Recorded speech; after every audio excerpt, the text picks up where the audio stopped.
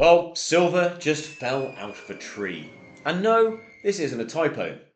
As of February the 2nd, 2026, silver has absolutely face-planted. We're talking a near 40% drop from recent all-time highs, the kind of move that makes long-term investors spill their coffee and short-term traders suddenly lose their Wi-Fi. After flying above $120 an ounce just days ago, silver is now limping around the $70 to $80 range, wondering what on earth has just happened. Spoiler, this wasn't one bad headline. This was a perfect storm with a leverage problem. So, what chopped the legs off the rally? What actually sent silver off the cliff? The Fed, the dollar, and a hawk in the room. Markets were already on edge, and then came the news. Donald Trump plans to nominate Kevin Warsh as the next Fed chair. Translation for non-Fed nerds. Markets read this as hawkish. The US dollar surged.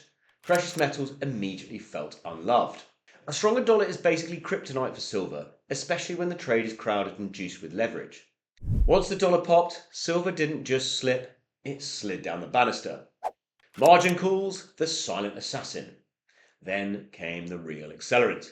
The CME Group raised margin requirements on silver futures due to extreme volatility. Sensible move, awful timing. What does that mean in real life? Well, suddenly traders needed more cash, and many didn't have it. Positions were therefore force closed at market.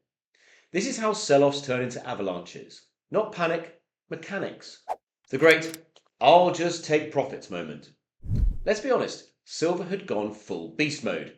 Up 170% in 2025, then even higher into early 2026.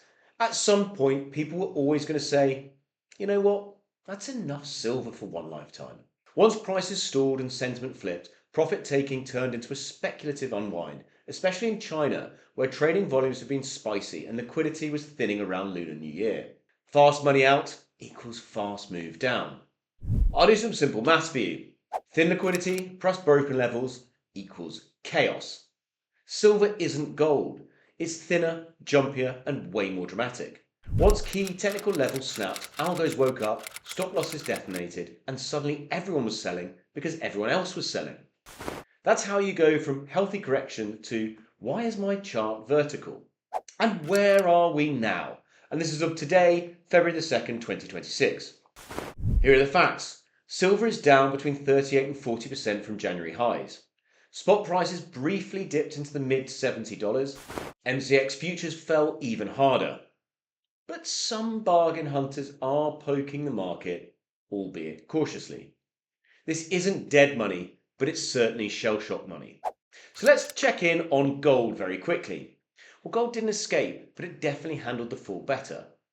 After tagging highs above $5,600 per ounce, gold dropped roughly 9 to 10% before stabilizing. Painful? Yes. Catastrophic? No.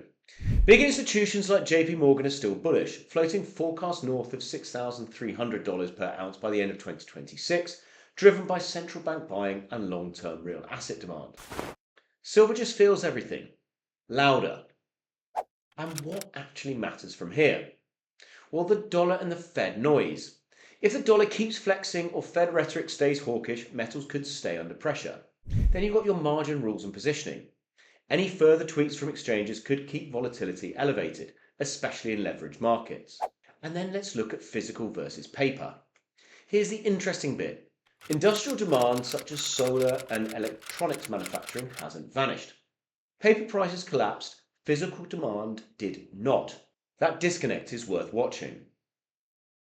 Data, data, data. Inflation prints, job numbers, central bank signals, all of it feeds straight into metals next. So what's our final cut? This was a brutal correction, but it was not a funeral. Yes, silver has just had one of the nastiest pullbacks in modern history, but it followed one of the most explosive rallies as well. This wasn't silver failing, it was leverage getting punished, margins doing their job, and a crowded trade being violently reset. For traders, volatility is king right now. For investors, patience matters more than predictions. And for everybody else, welcome to commodities, where the moves are big and the swings are wild, and nothing ever goes in a straight line for very long. So that's our review. Leave your comments underneath and let us know what you want us to look at next. From FXAX, I'm Max. See you next time at the shiny end.